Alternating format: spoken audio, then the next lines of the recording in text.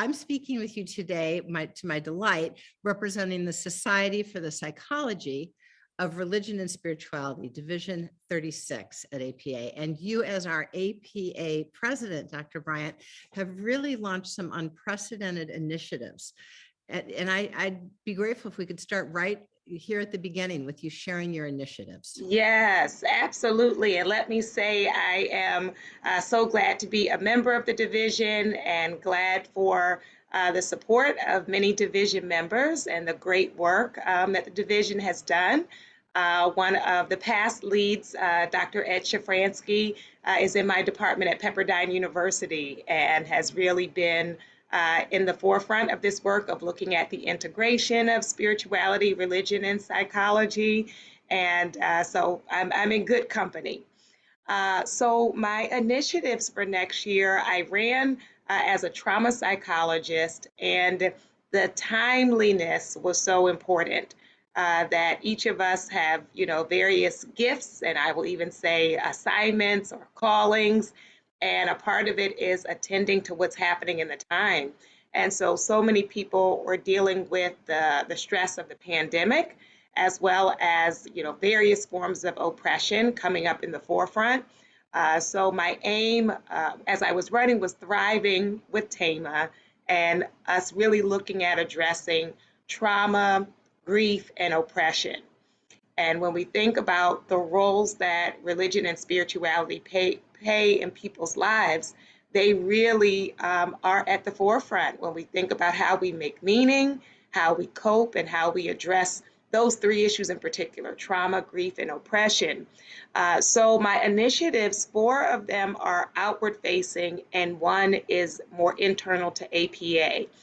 There's going to be an outward facing summit next October in Washington, D.C., where APA's headquarters is. We usually meet annually among ourselves, which is important, and we'll still do that, but really felt it was important, this issue of dissemination. I'm a pastor's daughter. I grew up as a pastor's daughter. My father is now a retired bishop, but a big part of our focus in ministry was the giving back to community. And so when we think about, many of us as academics, how do we share our knowledge beyond the academy and even beyond the private practice office? Many times we do research that sits in journals, but the public doesn't get access to that. So the summit is going to look at culturally informed ways of addressing trauma and grief. And when we say culture, it's not only race and ethnicity, but also religion and spirituality, as well as other forms of identity.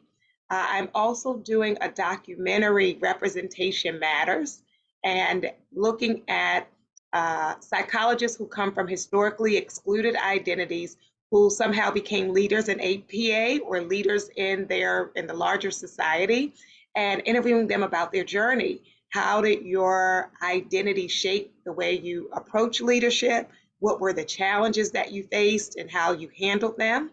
And I'm happy on this note to say, in APA's history, I found out I'm only the 2nd president to also be a minister.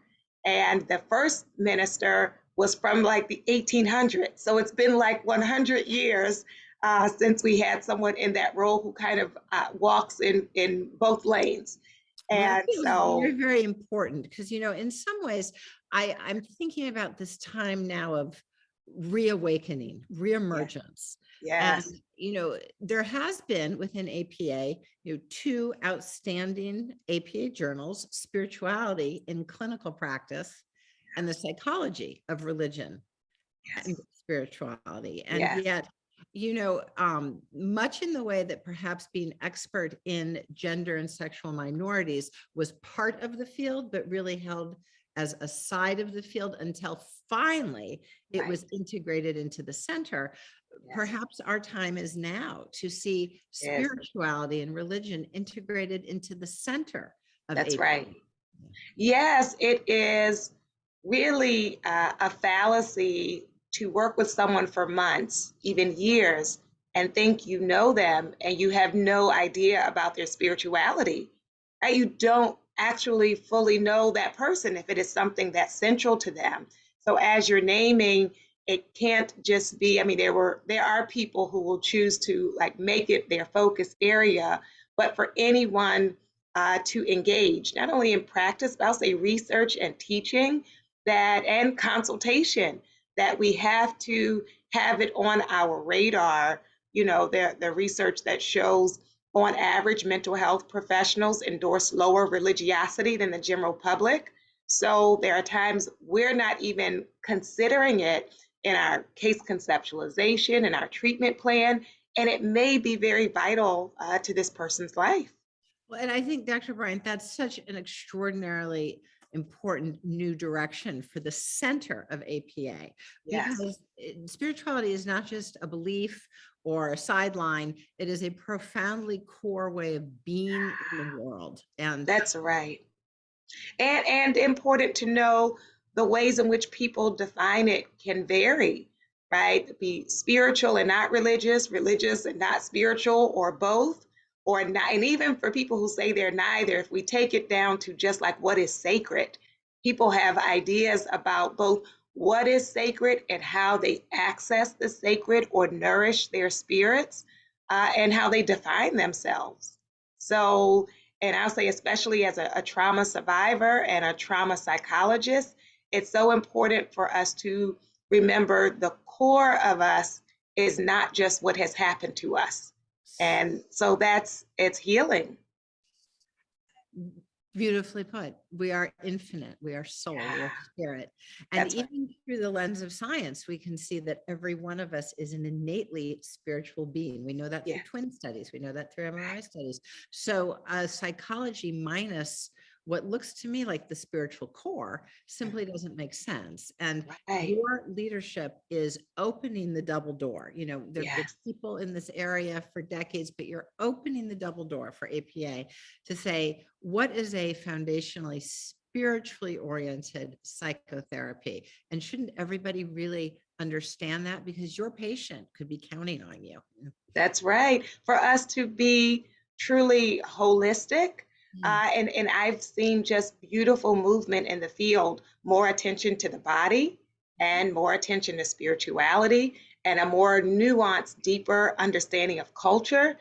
And so it's for us to see the whole person. You know, we've come a distance on being, um, you know, educated and verbal around inclusivity and diversity. But when it comes to spiritual inclusivity and spiritual diversity, it feels like we're just sort of starting to move forward as a field. What's your sense on? Yes, I think many people are uncomfortable, and it's in large part lack of training, right? That if you go through your entire educational process, you go through all of your training, and it's barely mentioned, then people don't feel competent, comfortable, uh, um, prepared to even ask about it or address it. And so it is important for us to incorporate it in our training, in our courses, so that I think what often happens is people will think, well, that's not psychology. But if psychology is about people and a part of people is their notion of the sacred and spiritual, then that has to be a part of the process.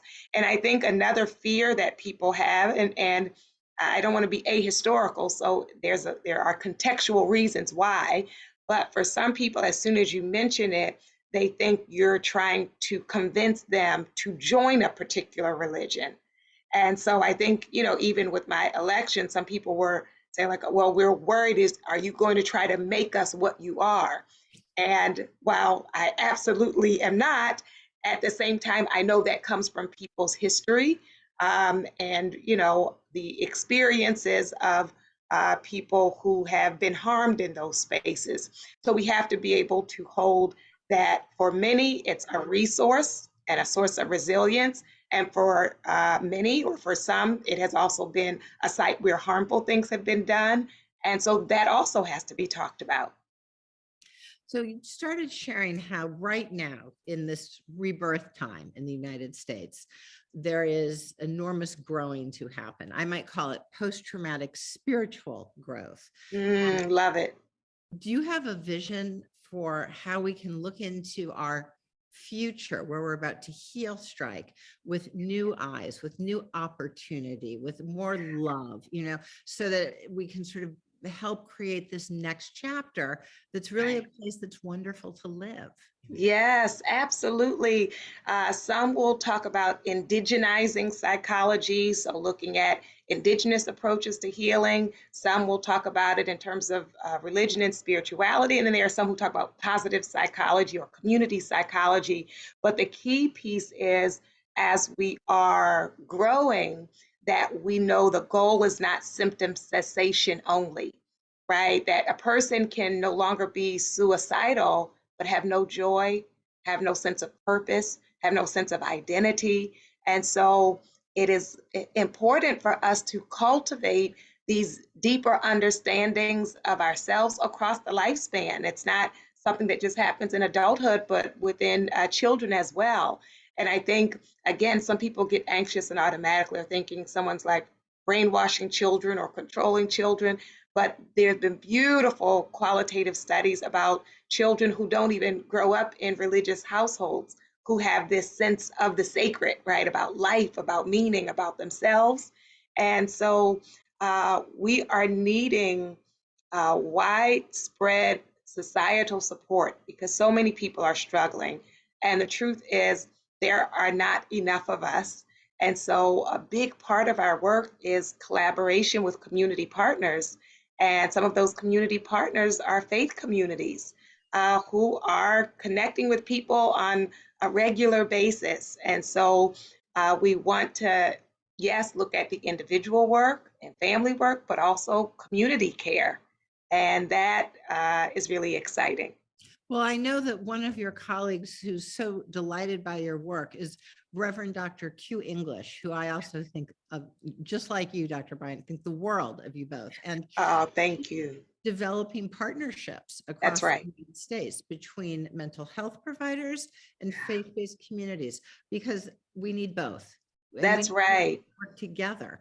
And And please. I just want to say I've been honored to be appointed to her think tank, looking at these collaborations with faith communities, and in particular this year focused on maternal health disparities. And I'm excited to share that APA co-sponsored with her office of the Health and Human Services kind of summit, looking at these health disparities and how we can most effectively or more effectively and holistically address them.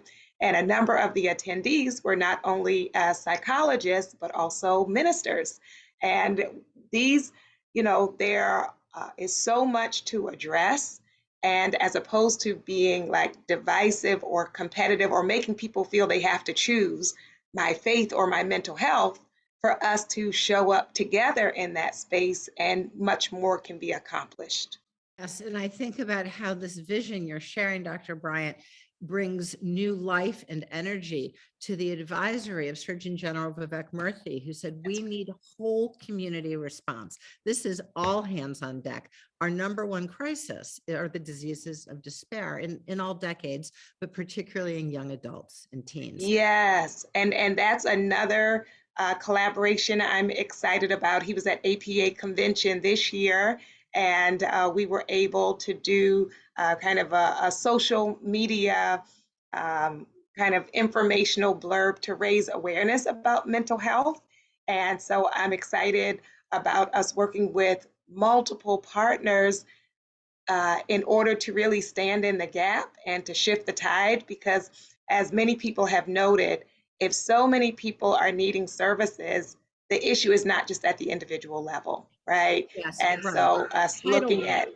that's right, And right. to your point, Dr. Bryan, if we look across the arc from treatment back to prevention, to development, Yes, to there we whole go. child formation, it seems to me that the faith community is where so many young people form their strongest inner core. And perhaps one of our most underutilized national resources is the lay leader, the elder, the person who knows every member of the congregation. When we can bring forward really the expertise of lay leaders alongside clergy and, of course, licensed mental health providers, then we have a team. Right. That's right. Absolutely. And both addressing the community and addressing ourselves. I was fortunate to get to meet with some of the heads of your joint task force looking at LGBTQ psychologists and also psychologists attending to religion and spirituality. And I think, this is wonderful work that we're doing to pay attention to center what has been in the margins and who has been in the margins so that everybody can have this sacred space. So, Dr. Bryant, I'd really like to hold up a mirror to you and say what you're doing is unifying. If much of the past few decades has within psychology been about people proliferating distinctions between themselves and differences and separate divisions, you're bringing us back together in an integrative way, integrative as a psychology field, integrative as a whole person. This is not one person's business or another. It's all of ours. Yeah. That's it. And thank you so much for naming that, because it really is the goal, right? Is us to work as a collective. Within APA, we're over 130,000 people.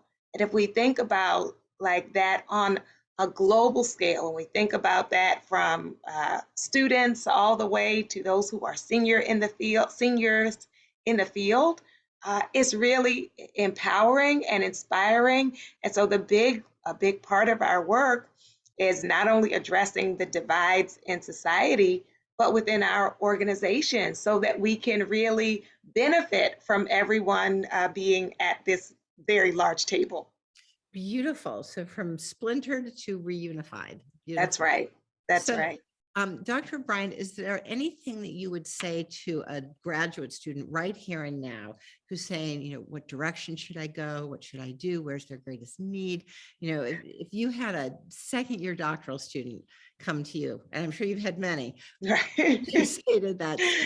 Yes. So one of my big messages is don't leave yourself behind.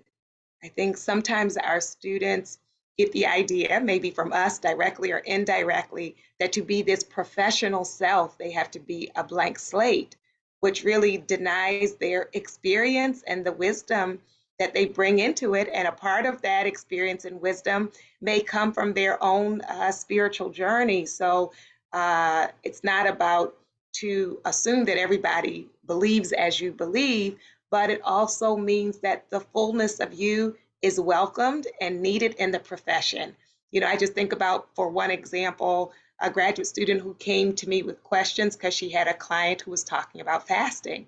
And she didn't know anything about fasting, so it became this whole really rich conversation about what that looks like in terms of like healthy or unhealthy and how we understand it. And so, I didn't learn that in graduate school, right? I learned that from my life's work. And so for all of our graduate students to know you're an asset to the field, and we need the fullness of who you are. And so don't get to the point of commencement and have erased yourself. Oh, Beautiful, you're muted. Dr. Bryant. I'm joined with our communications director, Dr. Stephanie Winklejohn Black. Is there anything, while we have Dr. Bryant here, one last minute you want to be sure and ask her? Yeah, and thank you for the opportunity. Dr. Bryant, I even wrote it down. The word you used was sacred. So folks that identify as neither religious or spiritual will often find that they have some sort of thing that they hold sacred. And I'm wondering, in your talks with psychologists who perhaps see them more in that neither category, and we've had that splintering over time, how do you introduce the idea of spirituality to these colleagues? Yeah. So I talk about uh, meaning making and also community.